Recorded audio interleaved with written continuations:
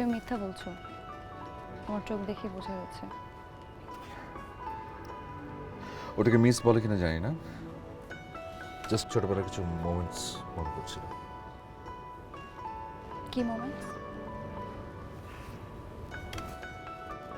আমার খুব প্রিয় একটা গেমিং কনসোল তুমি ভেঙে ফেলেছিলে। তুমি আমার গেমের স্টেশন বাংলা কেন? আমি এটা চালানোর চেষ্টা করছি। আম্মু, আম্মু। আর তুমি?